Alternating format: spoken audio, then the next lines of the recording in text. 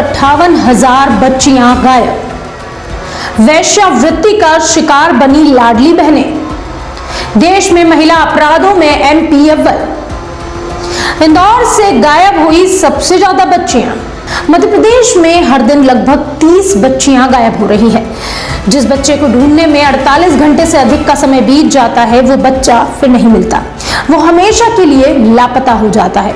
और ये बात हम नहीं कह रहे, बल्कि एनसीआरबी यानी कि नेशनल क्राइम रिकॉर्ड ब्यूरो के हिसाब से हमारे देश में हर 8वें मिनट में एक बच्चा गायब हो रहा है। वैसे तो अब तक के आंकड़ों के अनुसार बच्चों के गायब होने के मामले में उत्तर प्रदेश पहले स्थान पर है, लेकिन तेजी से बढ़ते आंकड़ों के चलते मध्य प्रदेश ने सभी को चौंकाया है। इस आंकड़े के सामने आने के बाद सरकार ही नहीं बल्कि आमजन के पैरों तले भी जमीन सरक गई है। बीते 4 सालों में मध्य प्रदेश में चाइल्ड ट्रैफिकिंग के मामले इतने बढ़ गए कि एक तरफ तो विपक्ष ने इस मामले में सरकार को घेरा, तो वहीं दूसरी तरफ मोहन सरकार की भी नींद उड़ी हुई है। अब तक करीब 58,000 से ज्यादा बच्चे गुम हुए हैं, जिनमें से 11,000 लड़के और 47,000 लाडली बेटियां शामिल है। तो क्या एमपी अब चाइल्ड ट्रैफिकिंग के मामले में सबसे ऊपर है? आइए जानते हैं पूरा मामला और देखिए हमारे साथ ये पूरी रिपोर्ट। नमस्कार, मेरा नाम है कनुप्रिया सत्तन और आप देख रहे हैं राष्ट्रीय जनभावना। एनसीआरबी के ये आंकड़े चौंकाने वाले हैं। मध्य प्रदेश से 58,000 बच्चे गायब हुए हैं। ये बच्चे मानव तस्करी और वेश्यावृत्ति का शिकार बने हैं। रिपोर्ट के मुताबिक बीते 4 से 5 साल में इंदौर सहित प्रदेश भर में 58,000 बच्चे गायब हुए हैं। इस मामले का खुलासा विपक्ष ने विधानसभा में एक रिपोर्ट पेश करके किया था। इस रिपोर्ट में बताया गया कि कैसे 47,000 लड़कियां और 11,000 लड़के पिछले 5 सालों की अवधि में गायब हुए। और सबसे हैरान करने वाली बात तो यह है कि प्रदेश की औद्योगिक राजधानी और सीएम के दिल के सबसे करीब माने जाने वाला शहर इंदौर, यही वो जगह है जहां से सबसे ज्यादा बच्चे गायब हुए हैं। इंदौर के शहरी क्षेत्र से 2,702 और ग्रामीण थाना क्षेत्रों से 858 बच्चों के गायब होने की रिपोर्ट दर्ज हुई, जिनमें ज्यादातर बच्चियां शामिल थी। इंदौर के अलावा धार, जबलपुर, भोपाल, सागर जिलों से भी बड़ी संख्या में इसी तरह ये मासूम बच्चे गायब हुए। इनमें ज्यादातर बच्चों के माता पिता गरीब परिवारों के हैं, जो अवैध कॉलोनियों, बस्तियों और डेरों में रहते हैं। इंदौर में शहरी क्षेत्र से लगभग 2,702 बच्चे गायब हुए हैं, तो वहीं अगर हम ग्रामीण थाना क्षेत्र की बात करें तो 858 बच्चे गायब हुए हैं। धार से गायब हुए 2,222 बच्चे।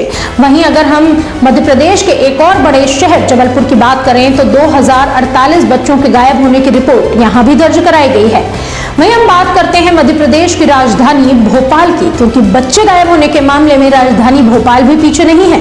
यहाँ अगर हम बात करें तो 1,515 बच्चे गायब हुए हैं। ग्रामीण क्षेत्र से 289 और रेल थाना क्षेत्र से 31 बच्चियां गुम हुई हैं।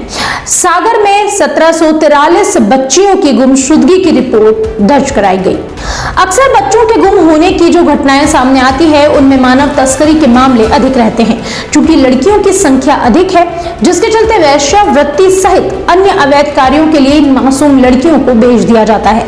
आंकड़ों के हिसाब से तो प्रदेश के सबसे विकसित शहर इंदौर में ही बाणगंगा, लसूरिया, चंदन नगर, द्वारकापुरी जैसी शहरी थानों के अलावा किशनगंज, बेटमा और मानपुर, सिमरोल, महू के ग्रामीण थाना क्षेत्रों से भी बड़ी संख्या में ये शिकायतें दर्ज हुई है।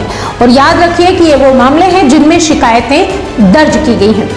प्रदेश में तेजी से बढ़ रहे अपराध और लापता बच्चों को लेकर कांग्रेस भी मुखर हुई है। प्रदेश के पूर्व मंत्री सचिन यादव ने मामले में मोहन सरकार को जमकर घेरा है और साथ ही विधानसभा में राज्य सरकार से इन मासूमों के लापता होने को लेकर तीखे सवाल भी किए हैं। सचिन यादव ने पूछा कि बीते 4 सालों में गायब बच्चों के लिए अब तक सरकार ने कोई ठोस कदम क्यों नहीं उठाया है? क्यों इतने संगीन और गंभीर मुद्दे पर अब तक सरकार मुख्य दर्शक बनकर देख रही है? अगर 16 महीनों के कांग्रेस के शासन को हटा दिया जाए तो मध्य प्रदेश में बीते 2 दशकों से लगातार भारतीय जनता पार्टी की ही सरकार है और मोहन यादव अब सीएम है। इसके पहले शिवराज सिंह चौहान लगातार सत्ता में बने रहे। अगर हम केंद्र की बात करें तो केंद्र में भी भारतीय जनता पार्टी है। ऐसे में डबल इंजन की सरकार चलाकर डेवलपमेंट देने का वादा करने वाली सरकारों के दावे पर सवाल उठाना तो बनता है। धार बीजेपी विधायक नीना वर्मा ने इस मुद्दे पर जो बयान दिया, उससे भी ये बात साफ जाहिर होती है कि इस पर कदम उठाने के बजाय वो भटकाने का प्रयास कर रही हैं। उनका कहना है कि बच्चों को ज्यादा से ज्यादा पढ़ाएं, उनके साथ फैमिली वाले फ्रेंडली बिहेवियर करें। तो ये था नीना वर्मा शर्मा का वो बयान जो उन्होंने इस पूरे मुद्दे पर दिया। बहरहाल गंभीर होती इस समस्या पर सरकार और पुलिस महकमे दोनों को ही विचार करना होगा। बच्चियों के लिए सबसे असुरक्षित प्रदेश बनने से रोकने के लिए प्रदेश सरकार को भी जल्द ही कुछ कठोर कदम उठाने की जरूरत है। वो कौन से कदम हैं जो सरकार को उठाने चाहिए? प्रदेश में कानून व्यवस्था को सख्त कैसे बनाया जा सकता है और मासूम बच्चों को चाइल्ड ट्रैफिकिंग का शिकार बनने से रोकने के लिए क्या किया जाना चाहिए? इस पूरे मामले पर आपकी क्या राय है? कमेंट बॉक्स में आप हमें जरूर बताएं। और ऐसी ही खबरों और जानकारियों के लिए देखते रहिए राष्ट्रीय जनभावना। हमारे चैनल को सब्सक्राइब करना ना भूलें।